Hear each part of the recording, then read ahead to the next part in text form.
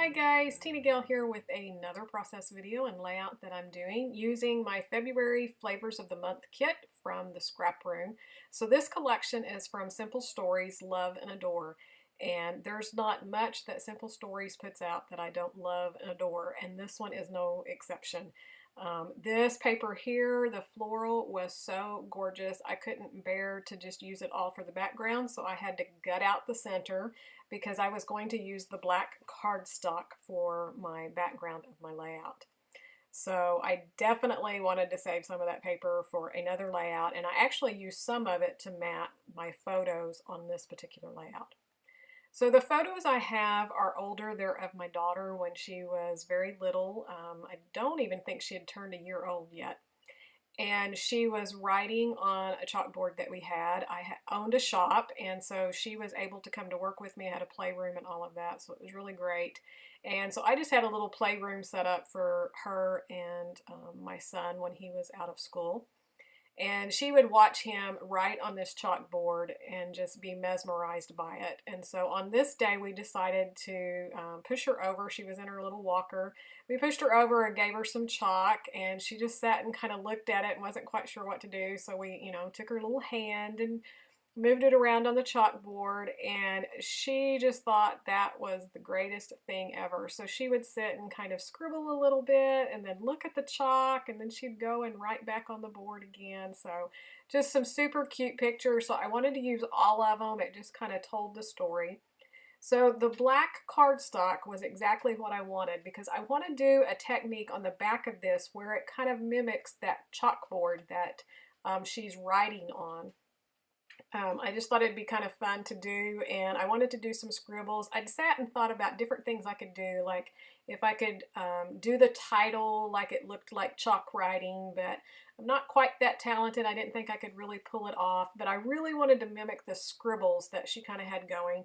So I decided I was going to put a doily behind here, but I thought, well, I can just make a big circular element on here with just some ink and stuff.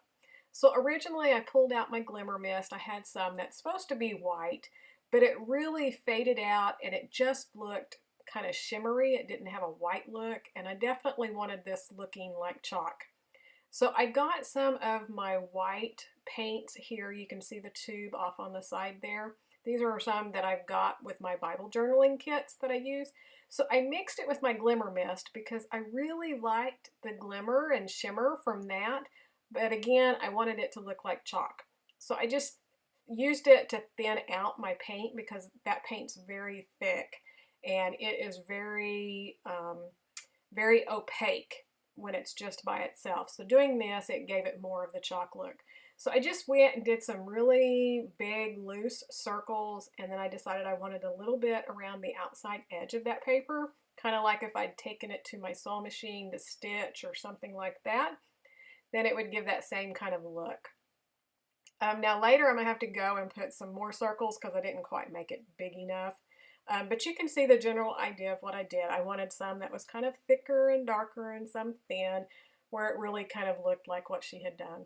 And then I decided some sprinkles would be good, so I just got my paintbrush and sprinkled how I normally would with mist. And then you saw me, I matted this. I kind of debated back and forth what I wanted. But I really liked that kind of pink polka dot on the mauve. It pulls out the colors in her outfit that she was wearing, and I thought kind of really contrasted the photos well. But then I wanted to do a lot of other little layers. So I'm just pulling out the other papers, and I'm just going to cut some rectangular strips, different sizes, and then just kind of messy stack them behind the three photos. So if you've been watching me here recently, I've been talking about my go-to designs. And if you really look at this layout, again, this is the third layout in a row, it really follows the same principle that I've been using on my other layouts, where I'm dividing that background into thirds. So this one it's kind of more to the top, even though it kind of reaches into the middle. It still would be considered kind of that top third. So this one's stretching that design principle just a little bit further, but it's still that design. And then by doing a matted background, that's stretching the design just a little bit more, changing it up so that they all don't look the same. but again, the design principle, just the basics of it is still the same thing that I'm doing. So I've done one, I think it was to the side, one to the bottom, and now I'm doing one more towards the top. So you see here I've got all my rectangulars kind of cut, and I'm just scattering them back and forth. Trim this one up just a little bit more. Then I have a doily that came in the kit as well with this collection, and so I'm going to put it up to the top. And I knew I wanted to put more flowers to go with that flower background paper, and she has little flowers on her little romper that she's wearing. So I really wanted to use the flowers as my embellishments. And then I'm going to also pull out some hearts. I'm going to put a heart in each one of my clusters that I'm doing.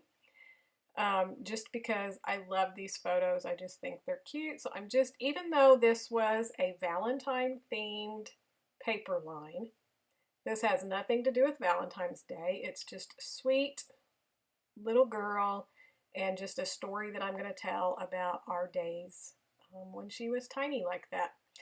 So the other things I've pulled out was that little card. I really had no idea how I was going to use that, but then I decided to pull it into my title. So you'll see I'm going to use the number 2 for the word 2 and add the rest of my title there. But I pulled out all of the flowers that I could find in my kit, and then, like I said, I found the hearts, and so I have this one that's pink and then that minty green, and there was a larger one that has like a notebook paper, and I decided that would be enough to put my journaling on, so I decided to pull that down to the bottom to complete my little triangle there. So how I've kind of laid those embellishments out is pretty much how it's going to stay. I don't think I move anything. I do pop dot some of it up. And then here's the title. We got the sticker sheet in with our kits. And so I'm just going to do Too Cute for the title. And I just thought that was a fun way to use that card. And it helped because the black letters would not have showed up on my background. But by just layering up all those different die cuts underneath there, I was able to put my title and pull that number 2 into the title. Now, even if I didn't want the number 2, it would still look good behind there, behind my title. So I'm going to add those, pop dot the little pink flower up, and I'm going to put my journaling on that heart, and then adhere the little heart and flower down there. And then the last thing I think I do is we got enamel dots in our package, and so I added an enamel dot into the center of 3 of the flowers, just to give it just a little bit more dimension and texture there. And I'm trying to think, I think that's pretty much all that I do. So I hope you enjoyed this. I'm trying really hard to get videos up. I thought I would get this one edited and put up last week, but it was just a crazy week at school, and so I'm just not getting it done. So hopefully you're not missing me too badly, but I have been able to get at least one a week, so I'm proud of that. I have a lot of things coming out to share with you, not process videos, but a lot of products and things that I'm getting shared with me to share with you. So make sure you check those out. And right now there's a big giveaway on my blog for over $500 in product from Illustrated Faith and Dayspring. So be sure to hop over to my blog to check that out. If you're not a subscriber already, I'd love to have you subscribe to my YouTube channel, and a thumbs up's always appreciated.